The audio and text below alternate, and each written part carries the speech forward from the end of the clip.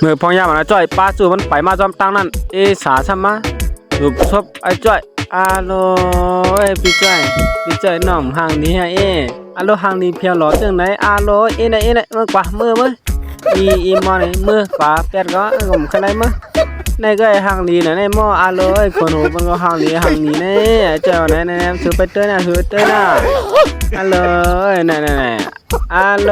ไอ้รับอยู่ความใต้ป๋องว่าเหือในเสือเขาหักสูนเดียวไว้เนี่ยมอนก็อาโลไปพี่พี่มีเชื่อไหมมันเนี่ยบางอย่างพี่สั่งนะก็อาโลห่างนี้แกมาไปกำนะมันเนี่ย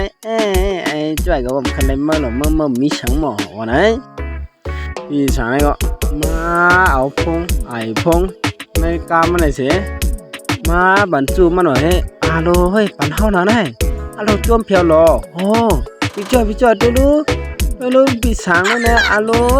เอาไอ้พงมาปั่นจูมาหน่อยนะเฮาเริ่มมีเลยไอ้พงพี่จ้อยก็มีกันวันไหนเนี่ยเอาแต่สู้นะพี่สั่งได้กันวันไหนมากอดกันไปกันนะเขาก็มีกันไอ้พงพี่จ้อยก็มีเลยสาก็ว่าไหนแต่จะไปหลงกวางเอาไอ้พงมาปั่นจูมันว่าให้อาโลสองคนนั่นแหละไอ้แค่ฟังจังวันนี้ไอ้จ้อยก็เอาไอ้พงมาปั่นจูมันว่าไหนอาโลในเรื่องเขาก็มีกันหยาบสังมาพี่จ้อยเฮ็ดกันหันหลักเป็นมาในหึงเนาะนะว่าไหนเนี่ยพี่สาวเนี่ยก็ไปกับน้าเขามีเทียงเมียวไหนไปลง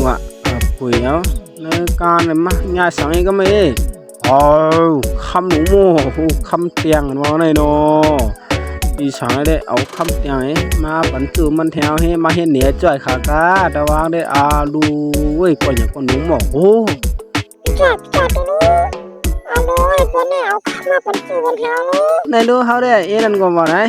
ถังน้องพี่จ้อยถังน้องอะไรนะมาหังหน่อยหามหลังหน่อยว่าไหนเนี่ยไอ้เจ้าก็ไปลงแทงอาโลสองคนนั่นเด็กไล่ข้ามอาโลหักกันหนาวว่าไอ้เบบูว่าไหนไอ้จ้อยขาแทงอาโลไอ้จ้อยก็ยอมเพิ่งถามว่ามีอะไรพี่จ้อยในหนึ่งแค่นี้นะว่ากะมาเสือเขาก็ไถแค่ฟังดีก้าวนี่กันไถกึกก้าหันวางอินก็น่าเฮ็ดยังเหมือนอินก็ว่าไหนโอ้พี่จ้อยดูลูอาโลข้าก็ไถแค่ฟังกึกก้านั่นพี่จ้อยกาสุโรยมีหลายเขาบอกคัดไถยังมันก็นะเขาแค่ปอกแค่พังกึกก้าเหมือนเจ๋งเป็นก็นะพี่จ้อยอาโลจ้อยตัวมาหันใส่ก้าเพิ่นตึกกึดไว้กันในลีไว้เพิ่นก้าเฮาแกงว่าไหนกันนะอาโลมันหมดเรียนมื้อไหนไอ้จ้อยนะมันบ่คึงการมันเตเนาะอาโลอันก็ไถแค่พายไถกึกก้าเพิ่นว่าไหนถามว่าไหนอาโลมาว่าไหนอาโลได้เก็บไถดีๆก้าเพิ่นกว่าแบบไอ้จ้อยรวมหน่วในนำอาโลไอ้ไล่ใช้คันนี้หันเหนียวอาโลไอ้จ้อยกำใครมาก้าก็มีว่าไหนอีไหนช่วงเป็นมาเนี่ย